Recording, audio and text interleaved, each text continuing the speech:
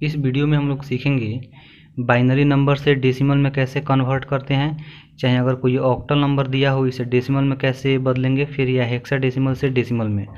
और हम लोग बाइनरी नंबर को कैसे पहचानेंगे, डेसिमल को कैसे पहचानेंगे, ऑक्टल नंबर को कैसे पहचानेंगे, सब का सब इसी वीडियो में आप लोगों को देखने को मिलेगा। तो सबसे पहले बात कर लेते हैं बाइनरी नंबर का।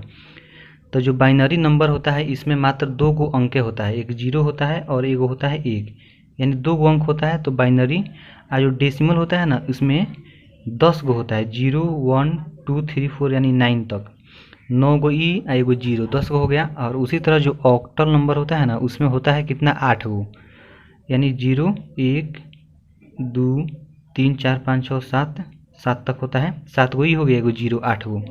डेसिमल तो बता दिए हम। उसके बाद जो हेक्साडेसिमल होता है ना उसमें 16 गो होता है, 0 1 2 3 4 5 6 9 गो हो गया ये।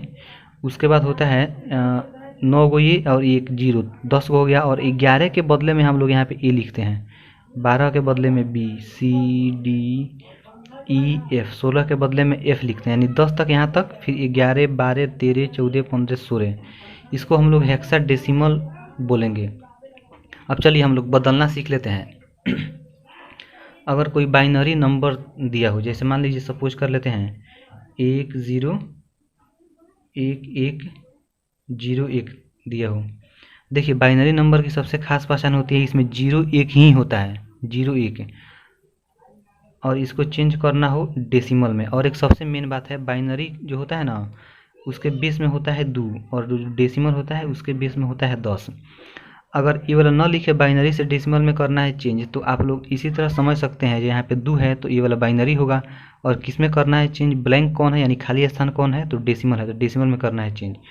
उसी तरह मैं एक और नंबर ले लेता हूँ, सबको मैं आपको मिलाकर समझाऊंगा ना, तो सब सब मतलब सब आपको समझ में, सब आपका कॉन्सेप्ट दिमाग में चला जाएगा। तो इसलिए मैं सब सब नंबर लिख ले रहा हूँ और एक बार में सब बनाकर दिखाऊंगा कि सब में समानता क्या है।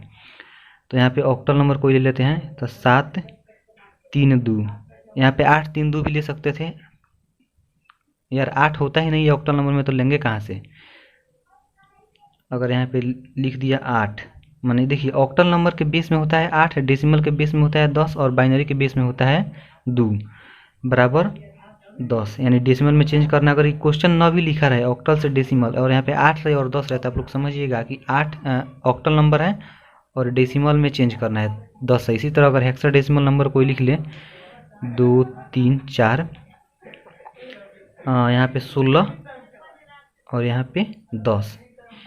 हेक्साडेसिमल को कौन चीज़ से सूचित करते हैं, नीचे 16 रहेगा, ऑक्टल नंबर को नीचे बेस में 8 रहेगा और बाइनरी नंबर के नीचे बेस में 2 रहेगा और डेसिमल के 10 रहेगा। देखिए पहले बाइनरी से डेसिमल में चेंज कर लेते हैं हम लोग। तो इस संख्या को लिख देंगे 1 0 1 1 0 1, और इसको भी ऑक्टल से डेसिमल में 7 3 2 और 2 3 4। देखिए जो इकाई अंक है ना, इकाई अंक के नीचे लिख देंगे हम लोग 1, कोई भी हो, ऑक्टल हो, हेक्सा हो, बाइनरी कोई भी हो, कोनो मतलब नहीं है। जो इकाई अंक होगा इसके बदले में लिख देंगे हम लोग यहाँ पे 1, ठीक है। ये भी हेक्साडेसिमल है, इसके 4 के नीचे लिख देंगे हम लोग 1।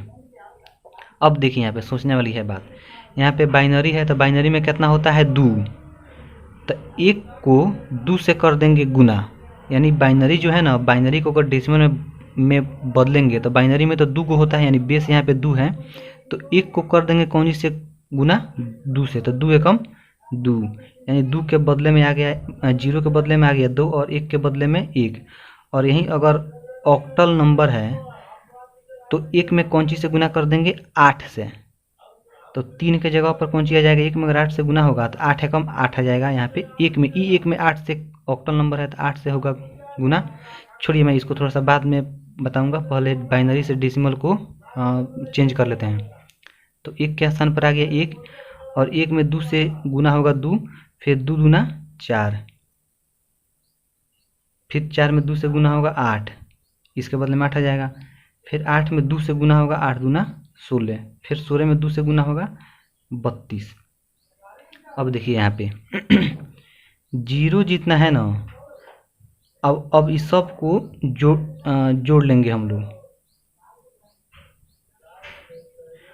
लेकिन एक बात ध्यान रखना है, जो जीरो है ना इसको छोड़ देंगे। अब यहाँ पे इसका वैल्यू का मान कितना है 32, इस 16 है, 16 को नहीं जोड़ेंगे क्योंकि इसके जीरो के ना बदले में लिखा गया है, तो जीरो वाले को छोड़ देना है। 32 जोड़ 8, फिर इक्काई वाला 4, फिर जीरो है इसको छोड़ देंगे, फिर यहाँ पे 1 है 1 लिख देंगे। 32 जोड़ 8 जोड़ 4 जोड़ 1 कितना हो जाएगा 45। अब यहाँ पे भर देंगे 45। कितना आसान है, चलिए मैं एक और उदाहरण देकर बताता हूँ आपको।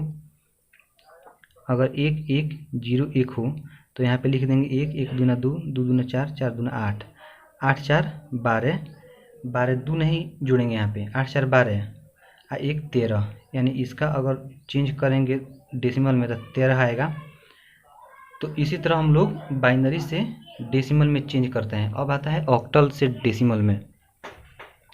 तो आपको बताए हैं अगर ऑक्टल नंबर होगा यहाँ पे तो 8 होगा, तो यहाँ पे 1 होगा और 1 में 8 से कर देंगे गुना तो आ जाएगा 8, फिर 8 में 8 से करेंगे गुना तो कितना आ जाएगा 64, और फिर यहाँ पे कोई और संख्या होगा तो उसमें 64 से 8 से कर देंगे गुना उसमें, तो खैर छोड़िए, तीन गो संख्या है। अब इसको हम लोगों को जोड़कर यानी 64 जोड़ 8 जोड़ 1 जोड़कर लिख देना है हमको। तो यहाँ पे कितना हो जाएगा, नहीं सॉरी थोड़ा सा गलती हो गया, देखिए यहाँ पे 1 है ना, 7 के बदले में लिखा गया है 64, तो 64 गुने 7 एक ऊपर वाले वैल्यू के साथ गुना करने के बाद में जोड़ेंगे। 64 गुने 7 जोड़ 8 गुने 3, फिर यहाँ पे 2 के बदले में लिखा गया 1 तो 2 गुने 1। अब देखिए 64 सत्ते 7 चुका 28 और 4 फिर 8 त्रिका 24, फिर 2 एकम 2 देखिए यहाँ पे एक होगा और ऑक्टल नंबर है तो 8 होगा यहाँ पे, फिर 8 में 8 से गुना होगा 64 होगा, और जौना के ऊपर जौन है ना उसी में से गुना करेंगे। 64 गुने 7 448, फिर 8 गुने 3 24, 2 गुने 1 2, इसको जोड़ देंगे हम लोग 440 50 60 10 70 4 2 6 में से 2 घट गए 4, यानी 474 इसका हो जाएगा। यानी 732 को अगर बदलेंगे डेसिमल में तो 474 हो जाएगा। इसी तरह देखिए एक और एग्जांपल बताता हूँ आपको। 2 3 7 को ऑक्टल नंबर है और इसको बदलेंगे डेसिमल में, तो कैसे चेंज होगा ये, इसके जगह पर क्या लिखेंगे 1, इसके जगह पर 8, इसके जगह पर 8 टाइम 64, और 64 के बाद में होगा तो 64 गुने 8 जितना होगा लिख देंगे उस पर। अब देखिए 64 गुने 2 कितना 64 गुने 2 जोड़ 8 गुने 3 8 गुने 3 जोड़ 7 गुने 1,